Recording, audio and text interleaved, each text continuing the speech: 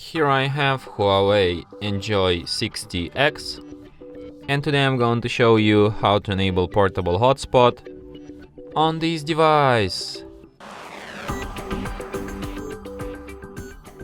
So to do this, firstly you have to go to settings, then to the mobile network, and then to the hotspot.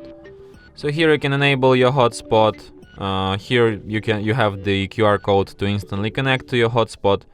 You can change its name, you can change its password, you can manage connected devices, like you can add them to block list. You can also set a turn off timer for this mode, for the hotspot, and you can also enable Bluetooth tethering. So yeah. And that's it. Thanks for watching. If you find this tutorial useful, don't forget to hit that like button and subscribe to our channel.